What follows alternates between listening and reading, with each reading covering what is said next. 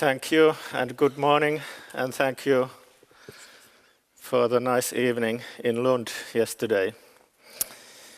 And thanks also for inviting me to talk about the topic and give some examples of the Finnish situation and some experiences. I will start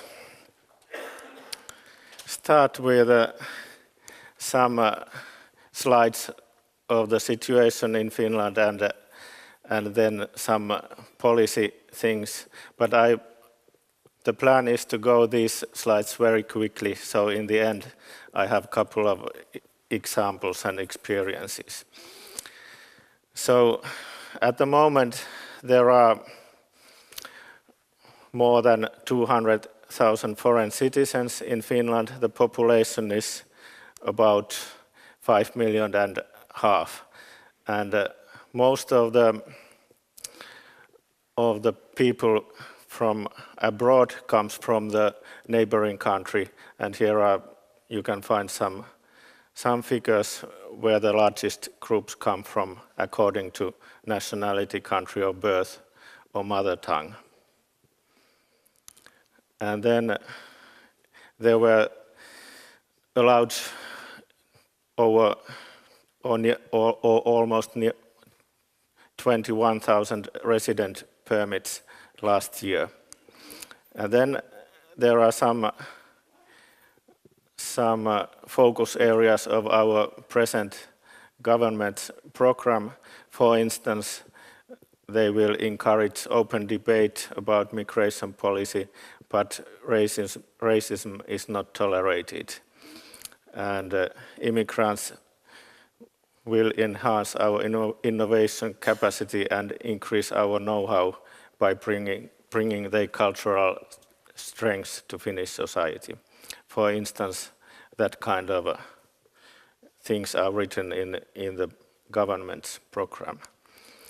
And these key priority areas in these situations, more or less the thing is about rapid movement, rapid start of integration processes.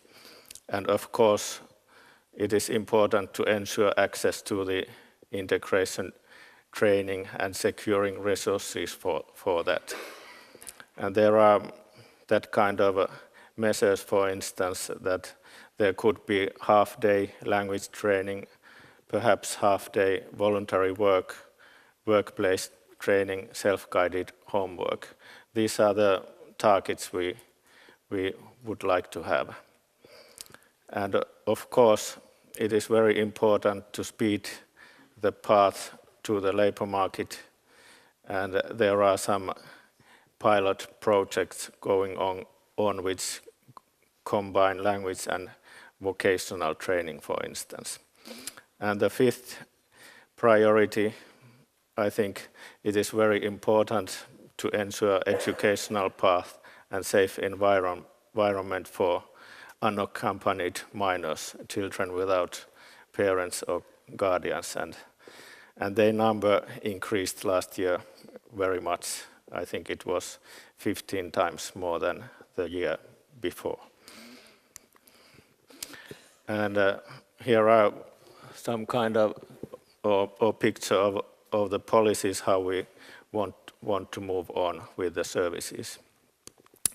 And this picture shows what happened in the autumn last year. I think this is common for all countries in Europe. So there was big rise of the amount of the asylum seekers. And most of the asylum applications in Finland came from people from Iraq. And I think that this is a difference between many other countries. 2/3 of the asylum applications were made by Iraq citizens. And then other countries, other nationalities were Afghanistan, Somalia, Syria, Albania, Iran. And some good practices or good targets to consider. It seems that one size doesn't fit for all, so it is important to recognize wide scope of different needs, and of course to secure enough resources to implement these measures. And of course, recognizing immigrants' earlier formal and informal skills and competencies is important. And then finally, there are some points, perspectives to learning and teaching. It's good to have learning at work and while working, and also we hope we can arrange some e-learning possibilities which can be used by mobile phones as well. And then the concrete examples. The first one is individual example from 26-year-old guy from Somalia, Sarmake Abukar Amin. And he is asylum seeker, but he is now working in Helsinki with an ICT company. He used to be journalist and university student in Somalia, and his dream is to go back to his home country and make a difference. He has very big plans. But only a couple of months ago, early this year, he was quite miserable and inactive at the reception center. And I translated this from an article, and the second experience is also short translation of an article in the newspapers. So Sarmake left Somalia because some of his colleagues, journalist colleagues, were killed by terrorists, and of course his life was threatened also. And in January he arrived to Finland, and he came through Sweden, Denmark, Germany, Austria, Italy, Libya, Sudan, South Sudan, and Uganda. And he left for this journey in November last year. But now he's programming, writing code 8 hours a day at an ICT company. And there are five of them who got this kind of job opportunity, and they come from different countries, all of them. And he shares an apartment with those guys. And he thinks it's pretty amazing because a couple of months ago he didn't see very much possibilities. He thought that maybe his future in Finland will be as a cleaner, restaurant worker or something like that. But then there was suddenly an announcement at the reception center, do you see your future with computers? And then they were excited, although they didn't understand what writing code is about. And then there were from the company 2 men explaining what that means, and there is lack of programmers and coders in Finland, and they could learn within 6 months by working at the company. And they told that this is really a fast track to working life and integration to Finnish society. And so they were excited. 5 of them were picked up from Iraq, Kurdistan, Iran, Syria, and Somalia. And in April, they started to work. And he is telling that after work, he still continues practicing. And he thinks now everything is well, but he has these dreams and big goals.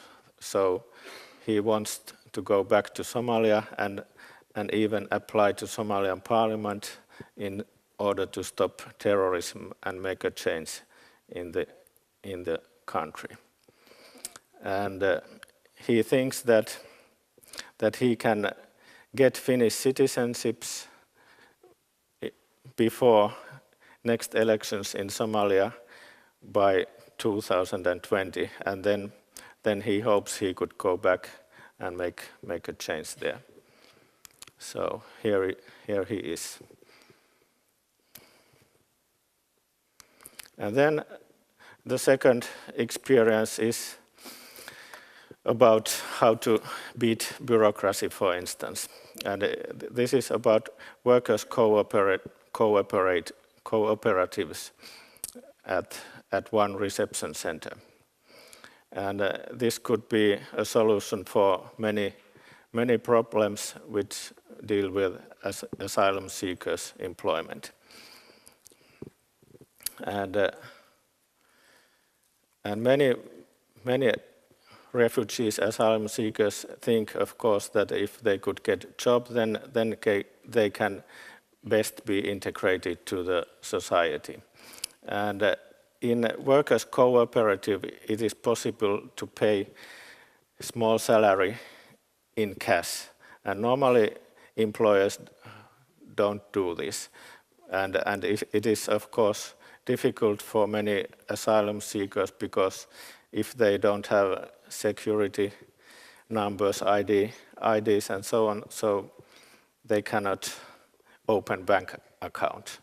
So this workers' cooperative can be a solution for this problem.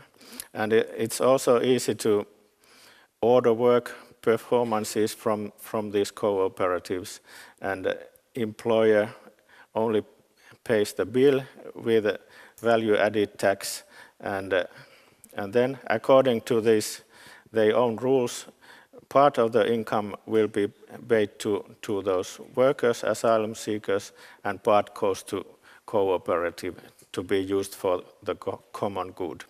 And all work is considered to be of same value, so the hourly wage, for instance, is same for all kind of work. And now the cooperative is planning to introduce net pages where companies and private households can make work orders, and there are many kind of skills among these people. There are builders, metal workers, tractor drivers, gardeners, farmers, etc. And in addition to selling work performances, they can sell goods which they produce themselves, for example, mats and rugs, and of course they can make food, for instance, and sell meals and that kind of things. And through the work, they learn Finnish way of living and functions in the society. And the earnings are really quite low, and of course if they earn little more, then these earnings can lower the other subsidies, but anyway they many of those think that it is good to have something to do, and so I think this is one good example, good experience from Finland. And here are some pictures. They organized, for example, bazaar, and there are food and other things they are selling. And finally, this is one experience from the government's policy, for instance, and there has been some plans and some tours, roadshow going on now on the topic from immigrant to entrepreneur, and focus is to encourage immigrants with residence permits to become entrepreneurs. And during this roadshow, which started in May, the experts from employment offices will offer guidance and information on enterprise services. And that's it. Thank you.